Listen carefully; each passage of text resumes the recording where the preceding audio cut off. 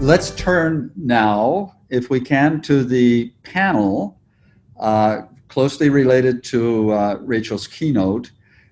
We have 4 members of the panel. The title of the panel is the U.S. Heartland, Canada, and Beyond.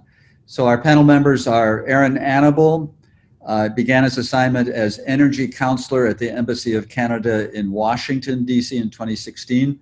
Prior to that, he was Senior Advisor for Energy and Environmental Issues at Global Affairs Canada in Ottawa. And in 2014-15, he served for a few months as the Acting Consul General of Canada to New England, based in Boston. Our second panelist is Hamid Arastoopour, who is a frequent contributor to SISE. And Hamid, thanks so much for doing this again this year. He's the Henry R. Linden Professor of Engineering and Director of the Wanger Institute for Sustainable Energy Research at Illinois Institute of Technology, just down the road from UIC in Chicago. Since 1985, he's been a member of the Chemical Engineering faculty at IIT, where he served as chairman of the department from '89 to 2003, and dean of the Armour College of Engineering from 2003 to 2008. So Hamid, welcome back, and we look forward to what you have to say. Third panelist is John Brogly. He's the water director with Canada's Oil Sands Innovation Alliance. He's been a member of the Alliance leadership team since 2012. More than 40 years of experience in the energy and petrochemical industries. He joined the Oil Sands Alliance from Canadian Natural Resources, where he worked for more than 8 years in coal production. So John, again, welcome to the SISE panel, and we look forward to your comments. And our fourth and final panelist is Deborah Philbrick. She's the program officer for climate solutions at the MacArthur Foundation. So she works in the climate solutions teams, works with the climate solution, boy, I'm mangling my words here. Deborah works with the climate solutions team's director and colleagues on all aspects of strategy grant making in the United States, China, and India. In her previous role, she was senior manager of research and innovation at Elevate Energy, where she worked to ensure that all sectors realize the benefits of the clean energy economy. She helped launch the first of its kind solar program called Illinois Solar for All. So Deborah, we look forward to your comments. We're going to ask each panelist to take 5 to 7 minutes for some introductory remarks. If you'd like to say a little bit more about yourselves and how you got to where you are for a minute or so, that would be wonderful. And then we'll follow with Q&A with the fellows. So let's start with Aaron, if you would. Thanks a lot, George, and hello, everyone. Really pleased to be joining you today, and congratulations. As George mentioned, I'm the energy counselor at the Embassy of Canada, Washington. I've been here for 4 years. So in this role, I promote Canadian energy resources, and I work with various U.S. government departments and agencies to look for ways that we can strengthen our collaboration. And I also did very similar work in Boston for 5 years as well. I've been doing sort of Canada-US energy issues for quite some time now. So I'm going to say a few things, and I'll try and keep it brief, and some of it will touch on comments that Rachel has made already, but maybe in a bit more detail. So I want to focus specifically on the idea of inclusivity. In looking at sort of 2 of our big challenges that we're facing right now. The first being, COVID-19 economic recovery, specifically for the energy sector, and also our overall efforts to reduce our emissions that will continue at the same time. And so these are huge challenges. In Canada, the energy sector is tremendously important to our economy. Includes over 1,000 companies directly, and then with another 3,500 businesses in the services sector that support it. So all told, this sector represents more than 576,000 jobs in Canada, and this includes also employment for 11,000 Indigenous people. So as we work towards economic recovery, and specifically for our energy sector, as well as our energy transition advances, we believe in taking the approach that inclusivity is the key to building the greener future. And we have to resolve that people aren't left behind, and that as we lower emissions, we must ensure that those working in the high-emitting, non-renewable energy sectors, that they aren't left behind. They must be included in the transition with meaningful good work. And this also has to be a shared objective sort of across Canada and working with our provinces to build a stronger, more innovative energy sector that drives a more prosperous and ultimately more sustainable economy.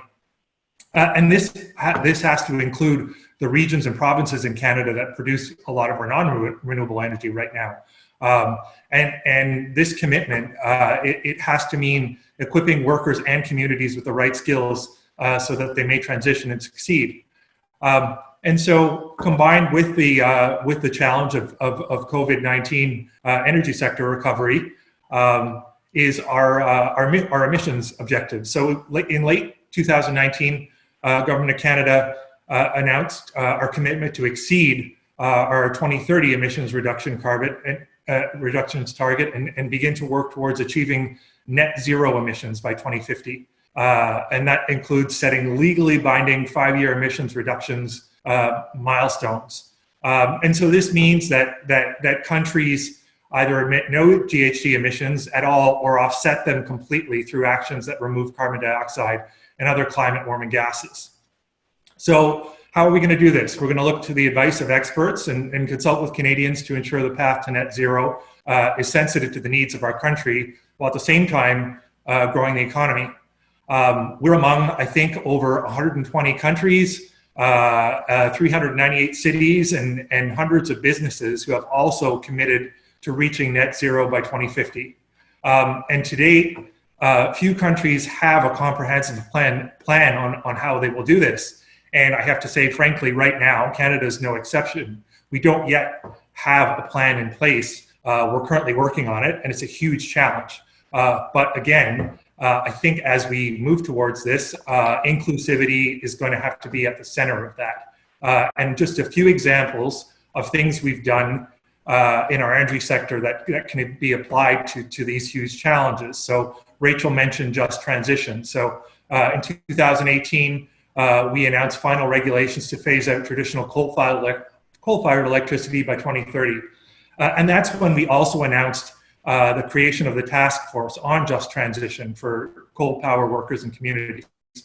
So the task force released 2 reports with several recommendations for the government to support affected workers and communities, and another report that summarized what we heard when we consulted with these communities.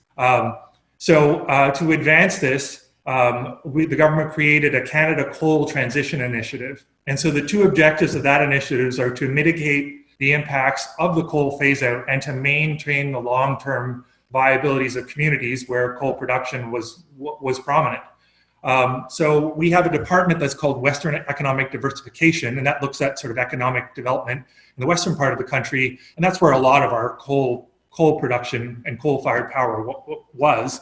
And so they've focused their efforts under the initiative on community-identified needs, given that the demographic and geographic diversity in each area does present unique challenges. So by the end of 2019, 15 projects totaling $9 million in funding were announced under this initiative. And approved projects have included transition centers, strategic planning projects, business supports, and also worker training.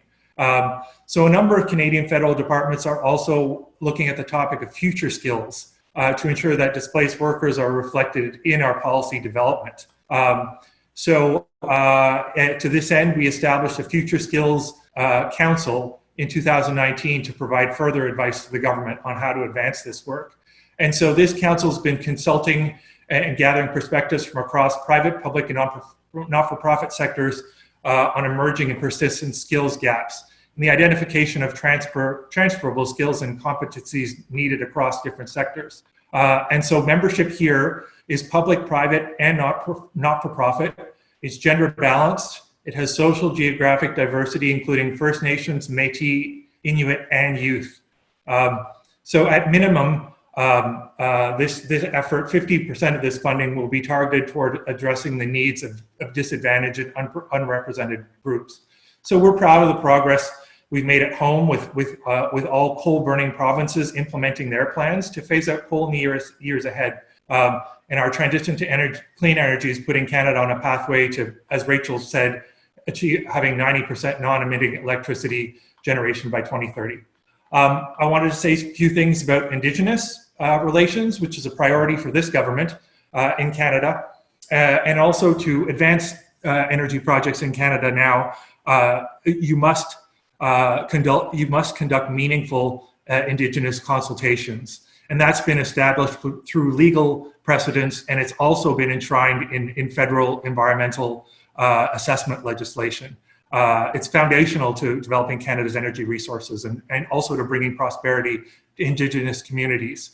And I think we hear a lot about First Nations tribes that are opposed to energy project development, but I think what we hear less about is another part of this story where tribes are not only supportive of energy project development, but they're increasingly involved directly in projects with equity ownership. And we're seeing that growing in Alberta in some oil sands projects where tribes have equity partnerships. And there was an example in northern Manitoba where a Cree First Nation became an equity partner on a hydro generating station. And one thing for two of our pipeline projects being the Line 3 replacement project and the Trans Mountain, we set up Indigenous advisory monitoring committees. So these committees are composed of equally of tribal representation and the federal government. And they've set up to monitor progress on both of these projects to pin that against the conditions that were set up for these projects to move forward. So it's an innovative model. Do these committees agree always? No, but this does provide a venue by which concerns can be addressed and aired. And I would also note that the government of Alberta has established the Alberta Indigenous Opportunities Corporation, and that will backstop up to $1 billion of Indigenous investment into energy projects. And then finally, Rachel mentioned Equal by 30, and that's been another key project for Canada. May marked the second anniversary of the Equal by 30 campaign, which we co-launched with Sweden in 2018 under the Clean Energy Ministerial. And under that, signatories have committed to take action to close the gender gap by moving the dial on equal pay, equal leadership, and equal opportunities by 2030. And why do we do this? Research has shown that energy companies with diversity in leadership show higher profits, greater innovation, and lower risk. And yet women represent just 23% of energy sector employees and 18% of energy sector executive roles. And this is significantly lower than almost any sector. So there's a lot of work we have to do here. And so we're continuing on encouraging more companies and organizations to join Equal by 30 and make these commitments. Again, those are three examples of inclusivity and how we can apply that to these big challenges we're facing. So happy to take questions on this or any other aspect. Thanks. Aaron, thank you so much. A great summary. And there are questions appearing already on chat. I think we will go to the other panelists. Hamid, would you like to take 7 to 10 minutes to give your perspective? Sure, I want to share the screen.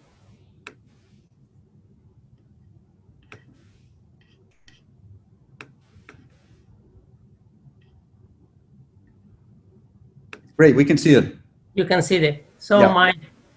So I share the screen. My screen looks much nicer than me, but it's also I'm a professor. I have to teach from these screens.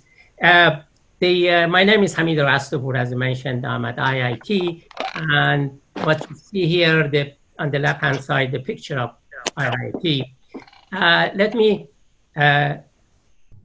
move. I have to put it on this. Okay, let me move on. Is my presentation is Pathway to Sustainable Society. Although the pathway is global, but a lot of problems should be resolved locally. That's the reason close collaboration with Canada and Mexico is essential in order to do that. Basically, as you see, the sustainability have 3 pillars of economics, environment, and social, and expected to bring reliability, security, affordability of energy, materials, food, and water. We are divided into our approach 3: short-term, transition, and the long-term. Short-term basically is a lot of energy conservation, energy efficiency, and management. Transition is basically the going from today's situation to the future renewable energy, which we have 2 bridges to our opinion as far as energy is concerned. One is natural gas, which was mentioned by Melanie first day, and the other one is the nuclear, which are mentioned by Dan. And these 2 will take us to the future sustainable society, which is fueled by the renewable energy. Of course, we should have the international energy policy and implementation plan that the people take care of that. So I wanted to mention one of the issues is that as we convert to more renewable energy, the population will grow, and the quality of life, or according to Professor Chu, is the human development is proportional to the energy consumption. Therefore, the energy needs is going to be double and triple. These are the steps I put together. I want to focus on technical one. I'm a technical person. I think at the short term, I'm going to talk about a few of them: microgrid, energy efficiency, sustainable food production, carbon capture. I will elaborate a little bit, and issues related to the water management or the materials that are important, and we should do a lot. At the transition, besides natural gas and nuclear, biofuel play a significant role, and need for water and desalinations or treatment is going to the major contribution. Another thing is that we have to put major infrastructure change and connectivity between the natural gas or hydrogen and water and electricity and food. And this connectivity will help us a lot. Sometimes connectivity is not a good idea, like in coronavirus, the connectivity of the world, bring it to everywhere. But most of the time, believe it or not, this connectivity is very important, enhance the efficiency.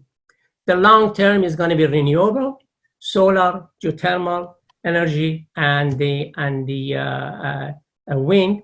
And at the middle of that is energy storage that I'm going to elaborate on that. Again, we have to have a lifetime accountability for all the material that we are using. If you want further information, I put one of my references at the bottom of the page. The climate change, everybody talk about climate change. Professor Chu talked about the history. And Dr. Dorsey said about climate injustice or the climate crisis. And also the Christopher Gold of Exxon talk about the impact. I just don't want to say anything else about that except this figure, which if you can see, this shows a small difference on the average. If we shift the average, if you just look at the temperature or anything average, a small shift on average will get a huge shift on the extremes. So it means the places have been raining a lot will rain more, the places which are cold, which is much colder. And this effect is very critical. It's not uniformly distributed around the world. That is a very critical one. The places that really are bad become worse.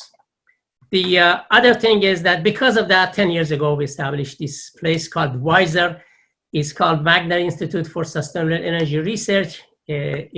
Doesn't mean that we are wiser than the other people, but it's the institute we established, and the goal of this institute is a horizontal one. We work with everybody, with from the lawyers and the businessmen and the engineers, scientists, everybody. We work with them, and the thing that we are focusing on combating is a climate change and water shortage. And our approach is least cost strategy to minimize carbon. this is the least cost strategy is very, very critical, because otherwise would not be accepted by the society.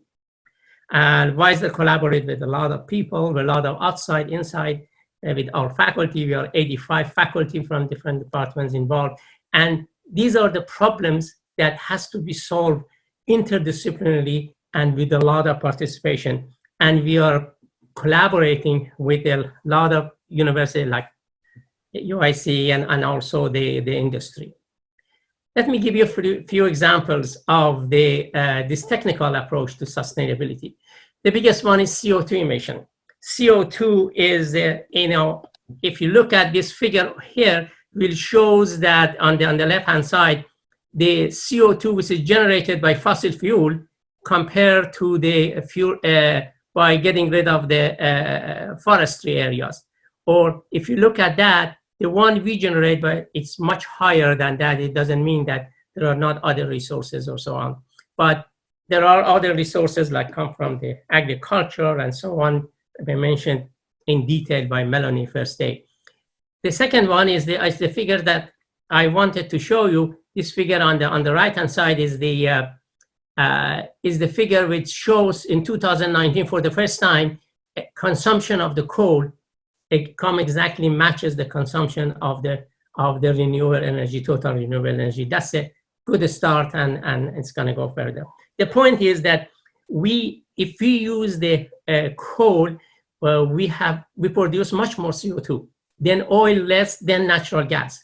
Therefore, any conversion to natural gas will really a good first step towards sustainability. CO2 capture is very important. We are doing CO2, we can capture it, CO2 at the end of the pipe, which when the CO2 comes at about 12%, or we can capture it inside where we generate CO2 and enhance the hydrogen production. It's called IGCC. So CO2 capture was mentioned by a lot of previous speakers, by Ryan, Jamal, and Elena as one of the pillars of the net zero energy. That's an important thing that we do. The other, and as you see, I put some animation house. Okay, if you look at the sequestration, the CO2 that we capture and we concentrate it from 12% to 85%, we can inject it to the ground or to the sea, and when injected to the ground, what will happen? The first few years, less than 10 years, are very critical. The reason is that it has to be trapped. After that, the capillary and the other capillaries and the solubility, and then it becomes mineral. So it's not a big deal. This is a very interesting picture that shows how the first few years is play a critical role. Other things is talked about by the plenary lecturer as about the microgrid or smart grid. Microgrid, basically, we did it at IIT, one of the first universities in the United States, is basically managing the grid. Grid cannot be smart, or we can manage it a smart way, such a way that we put it in the loop and would not try that the blackout cascade through. So, and also we identify the most important critical part, and those critical part is going to be there. Means that we put the new resources of the renewable, like a solar and wind or something, to provide that one with the appropriate energy storage. The other thing is the transition in natural gas. I got to tell you, in this part of the world, there are tremendous amount of natural gas, not only in the tight formation that we do the fracturing, known as the fracked gas. That's very little. The biggest, the most important one is in hydrates, which 1% of the trapped in hydrates is equivalent to 100 years of today consumption of the United States. But there is no free lunch, because all these sands are glued together by hydrate. As soon as we start producing, the sand start to be produced. Is a huge challenge to produce hydrates. Also, if we leave the methane released to the atmosphere, is much worse than CO2. So it's a very critical and very important thing. and natural gas is play a significant role in the years to come. As I said, biofuel mentioned by the other, we are competing in biofuel. We should not compete with the food and with the agriculture. That's the problem. And with the biofuel, that's the reason our focus is in algae, which doesn't need the clean water, because to our opinion, water already in a lot of places in the world is much more expensive and valuable quantity than oil or energy. Water, we don't want to have water and use the clean water to grow things, grow our energy. That's not economical. Sounds. The wind also, there's a lot of, if we have the wind in the nice area, place, beautiful and constant wind, that's great. But life is not like that. There are rain, there are hail, snow, wind, and this fluctuation will cause fluctuation in the power production. As we see in this figure, there is a fluctuation in the power production. And this fluctuation can be done thanks to the computational fluid dynamic advances in the computers, which enable us to forecast and calculate these things. Solar energy also, we can, one is that using the solar energy as a power generation directly. This is roof of one of the building at IIT. The other one is concentrated solar. I think we can concentrate solar. This is the cartoon of making the steam and spin around the turbine. But in general, we can concentrate it on the media. This shows some simulations of concentrated of solar in a packed bed. And this, we can transfer that and use this energy. Basically, most of the chemical, pharmaceutical, biological processes which need heat can use the concentrated solar. I think this is one of the future sources that we have. Energy storage. Of course, we can do it mechanically, flywheel. We can pump the water up and down. We can do battery. I won't say anything about the battery, but in front of George. But it's I'm focusing on new areas. According to Professor Chu, Secretary Chu, it's important that we find out new storage. And this is a thermal storage on the right-hand side. It's going to be new, and we need a lot of innovation from all these young people who are listening to come up with the new, something that we can store it and get it many months down the road. So that's the very critical. And with all respect to my friend George, battery cannot solve all the problems. It doesn't matter how much advances we made on a battery, but it solves its own share. I mean, I fully agree with that. Okay, thank you very much. Let me say some concluding remark. I think that advances that we make in the experimental, measuring things in a fraction of seconds, and also advanced computational enable us to make major contribution or pathway towards sustainable society. I think it's very important that we lobby and enhance the research, fundamental research in this area. Of course, I didn't give you any silver bullet. There is no silver bullet for solving energy issues. It's a global one, but it's a function of location, time, technology, lifestyle. We need a paradigm shift, the way we think, the way we live. Maybe, according to Secretary Chu, we got to better come up with a different definition of the wealth. I don't know, but I know that we have to make a fundamental thinking and fundamental change in lifestyles. Decarbonizations is a crucial way to move forward, but it should be in the much broader context of connecting to the water security, food availability, and well-being of human beings. That's a very important. And interlink between the technical, economical, environmental, and social factor, basically essential. Thank you. Hamid, that was an amazing summary. Obviously, you've watched the whole week and Yes. brought in what the other speakers have said very, very nicely. Thank you for that. let's turn now to John Brogly. Would you like to give your perspective? Yes, well, good morning. My name is John Brogly. I'm the Water Director at Canada's Oil Sands Innovation Alliance, and I'm a chemical engineer as well. I'm just going to share my screen if I could. Sure. And have just a short slide deck. Okay, so hopefully you can see that. Yes, that's good. We got it. Okay, perfect.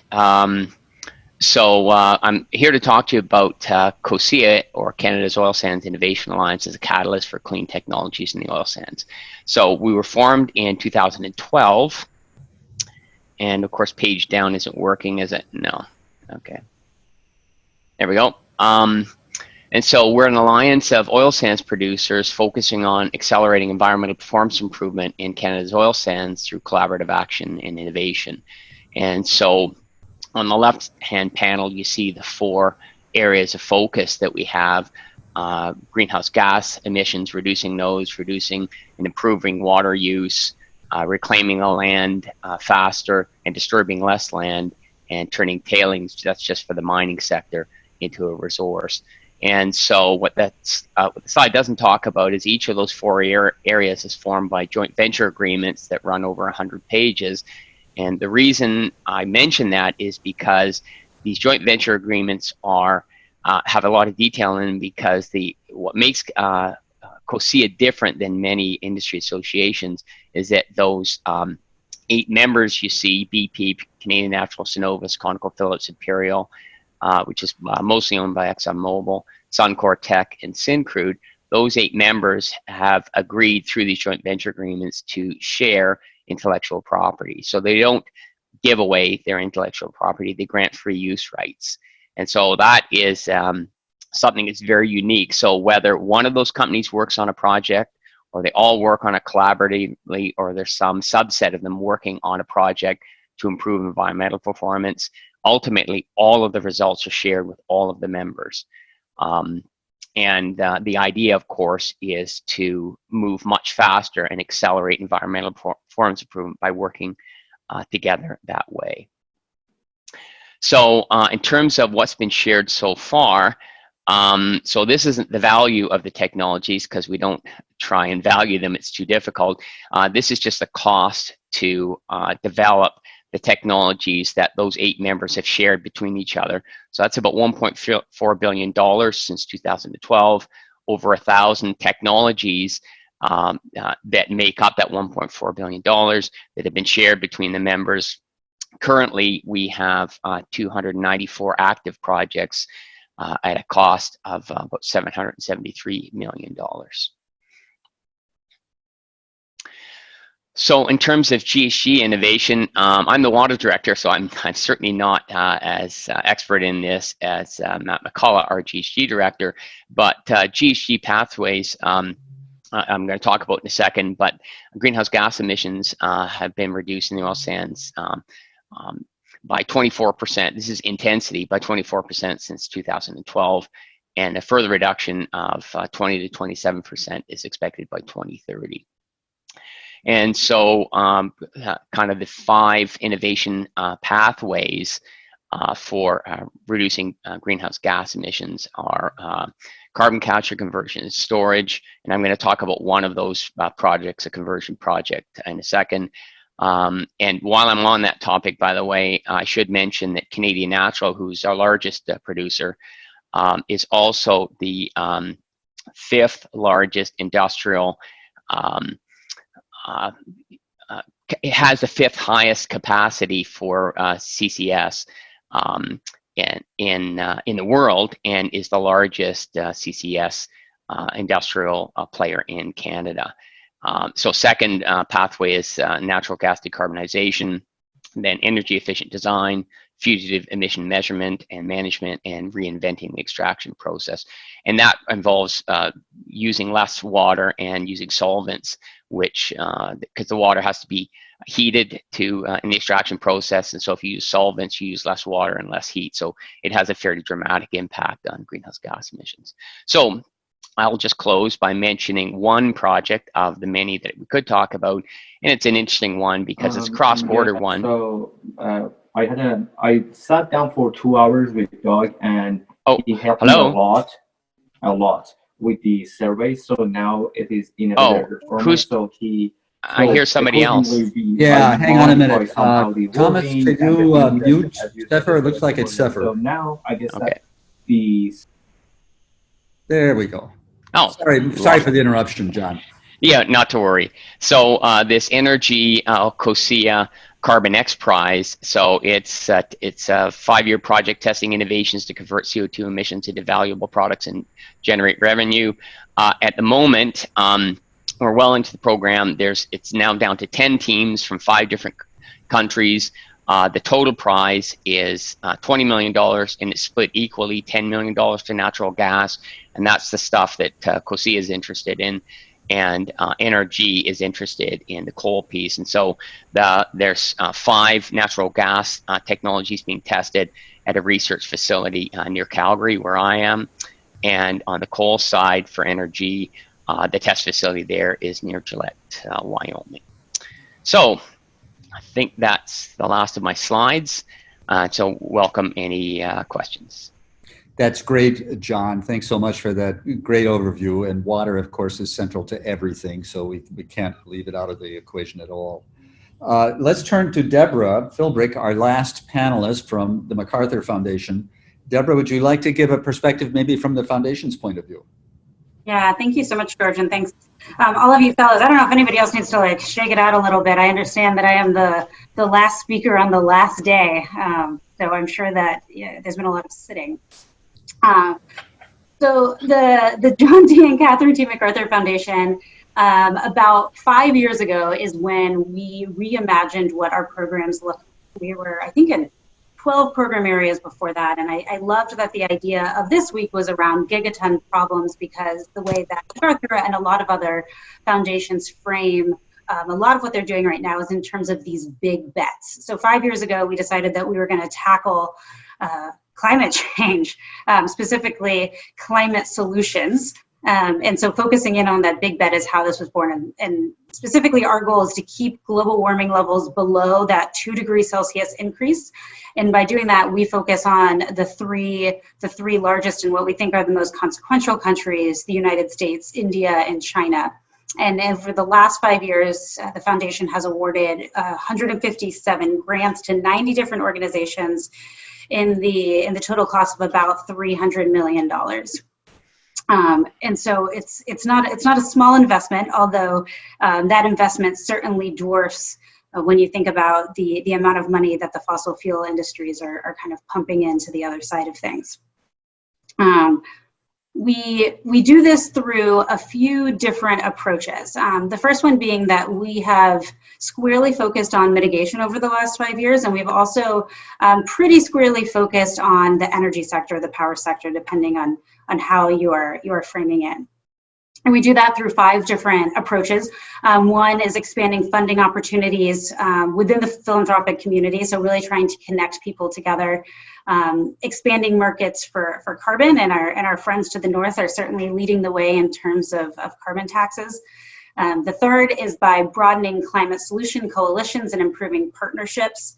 The fourth, which I haven't heard a lot about today, but we certainly cannot ignore, is altering the political discourse. I would say that, the United States, which is primarily where my portfolio lies, and I would say the best part of my job is that I get to interact with all of these organizations who are really doing the science and executing on its findings, and kind of changing the hearts and minds of people who do not yet believe that global warming is an issue. So making sure that our elected leaders understand the scope of the problem is certainly a piece of it. And then last but not least, advancing climate-friendly policies and regulatory actions. And I mentioned that my portfolio is in the United States. A lot of that work is happening in the Heartland here in Chicago, which is where we are based. And I would be remiss if I didn't pull together one other piece of it, which is that the Heartland is also incredibly consequential for this intersection between racial justice and climate justice. You know, the Heartland is the place where both Michael Brown and George Floyd were killed, and I see that as one of the hopefully long-standing advancements in the climate philanthropy space and in the climate space in general, is understanding that addressing these issues of equity is not just a means to an end, but it is truly in an immovable block, and we are not going to be able to get where we need to on advancing climate solutions unless we also address some of those social inequities as well. And I know that we are coming up on time, and I want to leave plenty of room for conversation, so I will stop there. Deborah, thanks so much. I know you've been following everything on chat. I see you've contributed to the chat, so that's wonderful. And let's get to some questions. I think, Louis, you had several questions. Would you like to choose your favorite and maybe pose it to the panelists? Yeah, thank you, George. So my original question I sent out was, so everybody understands like the sense of where I'm coming from, was about whether or not a collaboration between the water resources, the energy resources, the food resources, all those like essential sectors, to kind of update the infrastructure so that we can make the most efficient infrastructure possible. And I didn't know if that would be more beneficial, or the separate pathways that it seems most countries have been implementing for however long until now. From that development, and Aaron and Deborah, thank you guys for your answers. Aaron brought up the idea of microbial life being used in water treatment for converting CO2 in the atmosphere to oxygen within the atmosphere. So I was just wondering if John at CASIA, if you had any like updates about that kind of work, or if you guys have been trying to push that initiative. Yeah, so I'll make a couple of comments there. And in terms of interacting with other sectors and being more integrated, we recently, out of Calgary, launched a Clean Resource Innovation Network, and that's actually led by Joy Romero. I used to work for Joy while I was at Canadian Natural. And its focus is that very thing of looking at collaboration between the agricultural sector and the industrial sector. Just a simple example in terms of water use. Fortunately, the oil sands is in a very water-rich area. There's lots of fresh water. The oil sands are. So in the north of Alberta, almost all the water is there and very little of the demand. In the south, almost all the people are there with most of the demand. And so if you were concerned about conserving water, you'd spend your money much better and more wisely by putting pipelines instead of irrigation ditches in the south than worrying about reducing the water use in the oil sands, which is very small compared to how much is there. But those are some of the conversations you get into. It's a very difficult thing to do, but we are working on it. In terms of the microbes, what I will say is these aren't ones that are converting CO2 to oxygen, and unfortunately. They're ones that we're using to clean up tailings pond water. And so that particular one that's mentioned is a company out of the Netherlands called OPE.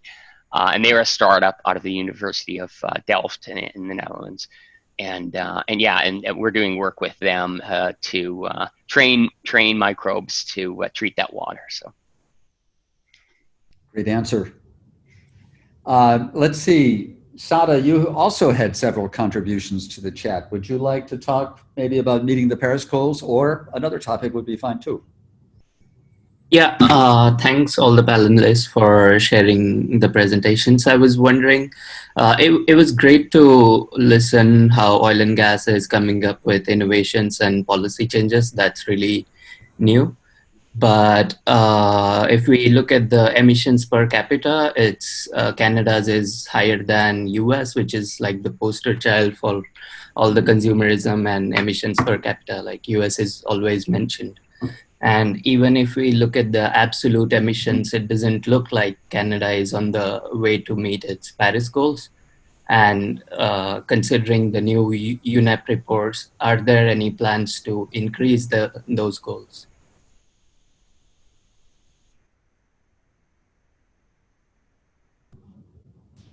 Would somebody like to respond? Okay, Aaron, yeah, good. Yeah, sure. Happy to respond. Yeah, for sure. I mean, he's right. We do have a bit of work to do to meet our 2030 emissions target, and that's going to be a challenge. And the economic recovery, frankly, won't make that any easier. But we are in the process of working on a clean fuel standard. That's not in place yet, but it is something that is being rolled out. And I think generally we do have different emissions challenges in the U.S. I mean, I know the U.S. power sector is a big challenge, which is significantly less the case in Canada. Whereas it's our industrial emissions that are really the challenge, and where we need to focus some of our efforts. So yeah, definitely some work to do. Great, thank you. Melody, you had a question about direct air capture.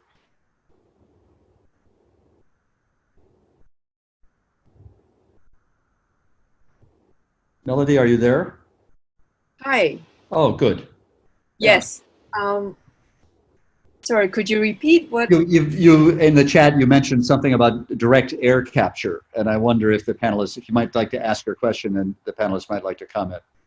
Right. So I came across this technology that was rather new a few years back. It's called zero mass solar. It's a type of solar panel that allows the direct capture of air and then transforming it to drinking water. Do you see any possibility of it being commercialized, and also whether there's any opportunities for that technology to be in especially developing countries without much infrastructure? I have another question regarding eco-industrial park as well. Sure. It's been discussed that it's a way for industry, businesses in the industry to come together and reduce wastage and also increase resource efficiency. Do you know of any examples, success examples in Canada or in the US? Thank you. Okay, panelists, 2 questions. Anyone like to step up to the plate and, I can do the first one. Is really we are talking about the grabbing the moisture from the air and condensing in the water. Yes, it's feasible, but it's not something which I don't know it has been commercialized or not. I know a few experiments has been done, and also a few experiments on capturing CO2 from the air. These are all, both of them have their own challenges, and also there are also opportunities at the same time. Yeah, I would add on to that. I'm not familiar with that specific technology, but I agree that we need more investment in those types of technologies to try to get it moving. But we also have to be realistic that we are on a 10-year time frame, and so the mass deployment of that technology in the next 10 years requires that we also deploy the technologies that we already have. We just helped get a report out the door called the 2035 report that shows that kind of with current battery or solar and storage technology that we already have, we can get the United States to 90% of the clean electricity that we need by 2035, so in the next 15 years. And so then that makes the last 10% a lot easier. And I think that sometimes people get a little bit ahead of themselves or in their own way, trying to think about how you're going to get all the way to 100% without just taking the steps forward that we need to piece by piece, since we needed to get started yesterday. Great comment. And another panelist like to comment on either of those questions? So we're getting close to the end, and I'd like to pose a question for the panelists, and maybe Deborah, especially for you. We hear a lot about cross-sector interaction when it comes to fighting climate change. And I wonder if you or the other panelists would like to say how we can, well, what's the benefit of that, and how can we maybe accelerate the cross-sector interaction in fighting climate change? Yeah, so we support organizations that do a lot of private sector engagement, which can include everything from holding Fortune 500, Fortune 100 companies accountable for the commitments that they have made. I think that it's, we definitely have a big tent approach in that we want to see everybody in kind of whatever form they want to and can get involved in this. I think the cross-sector is deeply important. I also think that sometimes there's these arbitrary lines that are drawn there. So some people might say, I'm just interested in transportation. What does that really mean? That means that, how is that fuel going to be developed to get that diesel bus that should be an electric bus where it needs to be? And so I think that if we are a little bit more graceful with how we approach the things that we are interested in, I think also that extends to mitigation as well. We traditionally have had a very mitigation focused process, but then when you think about developing countries and what that means in terms of energy access, we have to be realistic about the fact that you're not going to bring cooling to India without adding to the electric load in some cases. And so I think that, no, we are not going to get where we need to go by, staying in our lane, whichever lane that is that we have chosen. And so I think that cross-sector collaboration is very important. Wow, nice answer. Other panelists like to comment on that. I just want to make a comment. We need a carrots, means that resources for people to motivate them to work together. And also the much more implemented international policy and the guidelines that people move around that guidelines. Without that, is going to be some kind of, according to chemical engineer, amorphous system. Word. Thanks, Hamid. Other panelists, we have time for everyone to make a short comment if you'd like. Yeah, it's Aaron, and I apologize. I have back-to-back, so I'm going to have to excuse myself. I just wanted to say thank you all for listening, and also thank you to my fellow panelists. I think it's been a great discussion, and I see that I have a question from Barbara, and I'll work through Thomas offline to follow up with you on that. So thanks again, everyone. Good luck in your program. Thank you, John. Really appreciate it. Let's see. Thank you, Aaron. I'm sorry. I got your name wrong. Maybe we should close the panel now. It is actually 11 o'clock in Chicago. So thanks to the panelists. Really exciting topic. Lots of engagement with the fellows, lots of engagement with your own perspectives, which I think everyone appreciated. And clearly, this is one of the most important topics that we as a society need to deal with.